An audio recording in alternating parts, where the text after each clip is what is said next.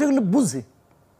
বাংলাদেশের মানুষকে অত বোকা বাংলাদেশের মানুষের মতো এত রাজনীতি সচেতন মানুষ সারা দুনিয়াতে নাই।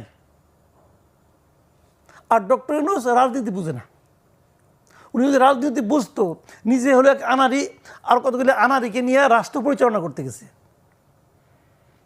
রাষ্ট্র পরিচালনা করতে হলে রাজনীতির একটু বেসিক নলেজটা থাকা লাগে, এটা ওনাদের নাই, বেসিক্যালি নাই।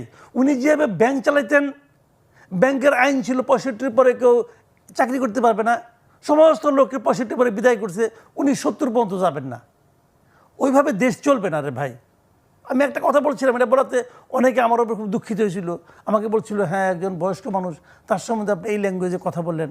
আমি একটা কথা বলছিলাম ওনার সম্পর্কে, যে ডক্টর ইউনূসের কোনো ছাড়ার ইতিহাস নাই, উনি কিছু ছাড়তে চান না। এবং আপনি দেখেন একটা কথা বললাম, এখানে উনি সহজে ছাড়তে চাইবেন না। উনি কোনো না কোনো ফরম্যাটে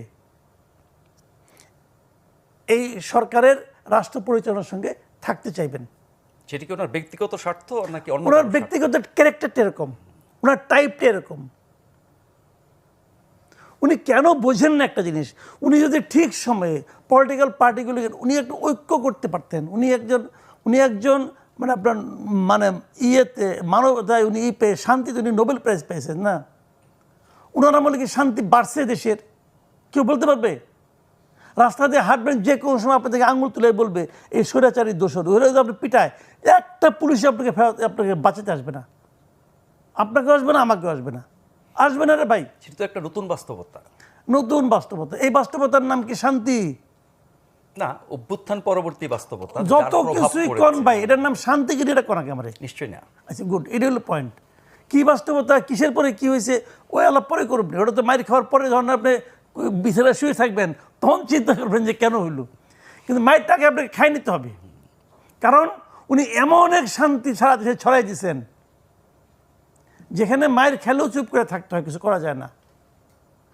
আওয়ামী লীগ আমলে আমরা শুনতাম যে বিএনপির নেতাকর্মীরা ঘরে থাকতে পারতো না, নদীর চরে যেয়ে থাকতো, তাও মানে জঙ্গলে থাকতো। এগুলি কিন্তু সিনেমার গল্প না, কিন্তু বাস্তব। এই দেশে ঘটছে। এই জিনিসগুলো কে ঘটাইছে? আওয়ামী লীগ ঘটাইছে। যে কারণে তাকে আমরা স্বৈরাচার বলেছি, ফ্যাসিবাদী বলেছি।